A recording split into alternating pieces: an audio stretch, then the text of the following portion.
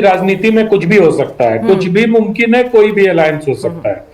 लेकिन मुझे लगता है कि जो यादवों का अखिलेश यादव या लालू यादव के सुपुत्र तेजस्वी यादव के प्रति लगाव है, वो पॉलिटिकल से ज्यादा सोशियोलॉजिकल है। वो इसलिए है कि लालू यादव और मुलायम सिंह यादव ने यादवों को एक नियो फ्यूडल के तौर पर समाज में स्थापित किया।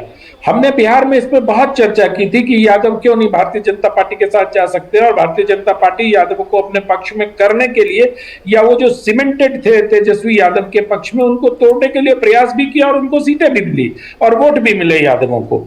लेकिन जो सोशियोलॉजिकल फैक्टर है उसको हमें फैक्टर इन करना पड़ेगा। क्यों?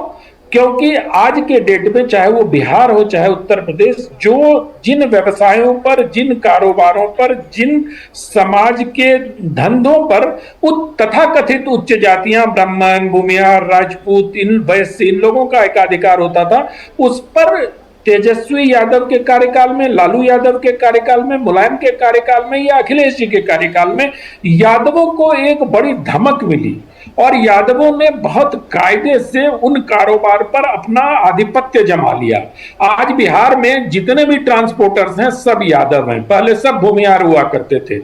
आज बिहार में जितने भी ठेकेदार हैं सारे यादवों के पास, अधिकतम ठेकेदारी यादवों के पास है, जबकि पुराने जमाने में याद करिए तो रघुनाथ झा, प्रभुनाथ सिंह, इन लोगों के पास सारी ठेकेदारियां हुआ करती थी।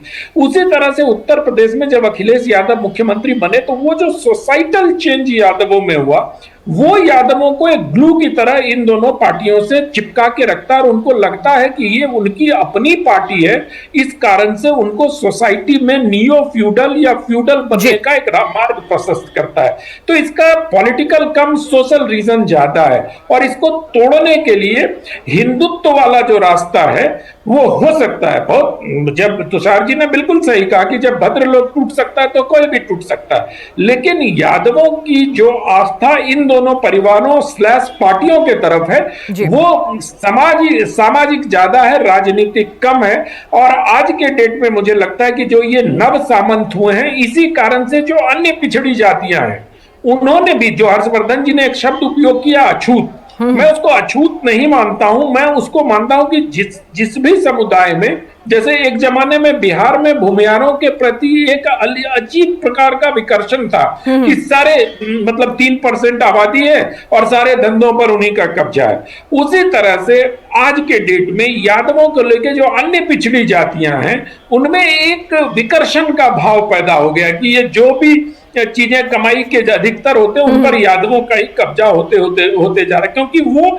ऐतिहासिक रूप से भी संपन्न रहे हैं, जमीनें उनके पास रही हैं, धन बल भी रहा है और बाहुबल भी रहा है। तो समाज में उन्होंने, और जब से उनके साथ राज सत्ता और राजबल मिल गया तो इन तीनों ने मिलकर उनकी स्थिति समाज में अचानक बहुत ऊपर कर दिया।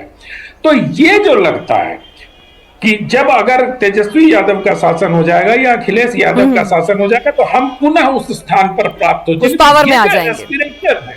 ये जो फ्यूडल होने का एस्पिरेशन है वो यादवों को इनके साथ जोड़ के रखती है। ठीक है, तो यानी कि ये जो एस्पिरेशन है वो कहीं ना कहीं लॉयल्टी जो है वो अपने लीडर के लिए, पार्टी के लिए बनी रह सकती है, हालांकि उसमें हिंदुत्व के जरिए डेंटिंग हो सकती है, ये आप बिना नहीं कर रहे हैं। हर्षवर्धन जी, आप भी कुछ कहना चाह रहे हैं, लेकिन आपके पास लौटूं उससे पहले सज्जन जी के पास जाना चाहूंगी। सज्जन जी, ठीक है, एक पर्सपेक्टिव ये भी है कि भाई व्हाई नॉट, जब हिंदुत्व का कार्ड जो है बंगाल में भद्रलोक तक में चल गया है, हर जगह चल गया है, जाति के भेद मिट गए हैं, तो फिर यहाँ क्यों नहीं। लेकिन अगर हम बात करें अखिलेश यादव की, तो वो भी तो सीख रहे हैं। वो हनुमान की बात करते हैं, वो महाराणा प्रताप को याद करते हैं, शिवाजी को याद करते हैं, तो वो भी बहुत अच्छे से कोर्स करेक्शन कर रहे हैं। वो भी नहीं दिखाना चाहते अपने आप को कि मैं सिर्फ यादवों का नेता हूं। 24 में भी उन्होंने वो कोर्स करेक्शन किया और अब भी कर रहे हैं, और बंगाल की हार के बाद शायद ये और ज्यादा नजर आएगा। नहीं, निश्चित तौर पे आप देखिए 2022 का भी जब चुनाव हुआ था उस समय भी ब्राह्मण एंगर वाली बात चली थी। उस समय विकास दुबे जो गैंगस्टर, उसके एनकाउंटर के बाद काफी कुछ चला था और अखिलेश यादव अपने अभिषेक मिश्रा के थ्रू काफी वो जय परशुराम का नैरेटिव को पेडल कर रहे थे। ये अलग बात है कि उन्हें ब्राह्मणों का सपोर्ट नहीं मिला, क्योंकि लेकिन अभी शंकराचार्य विवाद में भी बहुत कंसर्न थे बेचारे ब्राह्मणों के लिए। निश्चित तौर पे निश्चित कारण ये होता है, देखिए यही चीज शायद अगर मायावती अखिलेश की जगह इतनी मजबूत होती और वो ब्राह्मणों को रीच आउट करती तो उसमें आंशिक सफलता मिल सकती थी। ब्राह्मणों के साथ दुविधा क्या है, ब्राह्मण मतलब एक मैं एग्जाम्पल के तौर पे कह रहा हूं कि अगर आप थोड़ी बहुत नाराजगी है भी आपकी, विधानसभा का चुनाव उसमें स्थानीय मुद्दे काफी हावी होते हैं लोकसभा के बनिस्पत, तो वैसे में आप देखते हैं कि ठीक है हम ए से बहुत खुश नहीं है, लेकिन जो बी है अल्टरनेटिव है, आपको उसका कार्यकाल याद आता है, उसके समय का तंत्र याद आता है। तो उस जो समाजवादी पार्टी की जो इमेज ट्रैप है, एक तो माइनॉरिटी अपीजमेंट वाली, दूसरा लॉ एंड ऑर्डर पे बिल्कुल फेलियर वाली कि भाई उसमें गूंज थे, दबंगों का राज था, ये वाली जो छवि बनी हुई है अखिलेश यादव उसको तोड़ नहीं पाए हैं अभी तक। पहली बात तो यह। दूसरी बात जो रही कि अखिलेश यादव सीख रहे हैं, निश्चित तौर पे सीख रहे हैं। आप टिकट डिस्ट्रीब्यूशन देखिए अखिलेश यादव का 2022-24 में, इस तरीके से वो केवल पीडीए की बात तो कर रहे हैं, लेकिन वो सवर्णों को भी टिकट ठीक ठाक दे रहे हैं जहां पे उन्हें लगता है कि उनकी संख्या है, वो सीख रहे हैं। अब यहां पे अलबत्ता बात यह है कि बीजेपी के लिए सीधी सी बात है कि पहले आपका हिंदुत्व का नैरेटिव तभी काम करेगा जब आप जातीय समीकरण को साध लेंगे, क्योंकि हिंदुत्व क्या होता है वो अल्टीमेट ये होता है। और जहां तक यादव वोट की बात है, वो बीजेपी का प्रायोरिटी स्ट्रेटजी नहीं हो सकता है, क्योंकि विशफुल थिंकिंग होती है। जो अभी के यादव हैं उनके विशफुल थिंकिंग में यह है कि लोग असंतुष्ट हैं, 24 का रेफरेंस है, एक मौका है, निकल सकते हैं, तो उनके लिए आकर्षण अभी भी अखिलेश की तरफ जाता है। जब बिल्कुल ही वो हताश हो जाएंगे, अब हो सकता है एक आध चुनाव के बाद मायावती के कोर सपोर्टर हताश हो, अभी तक तो नहीं हुए हैं, तो यादव तो उससे काफी उत्साहित है।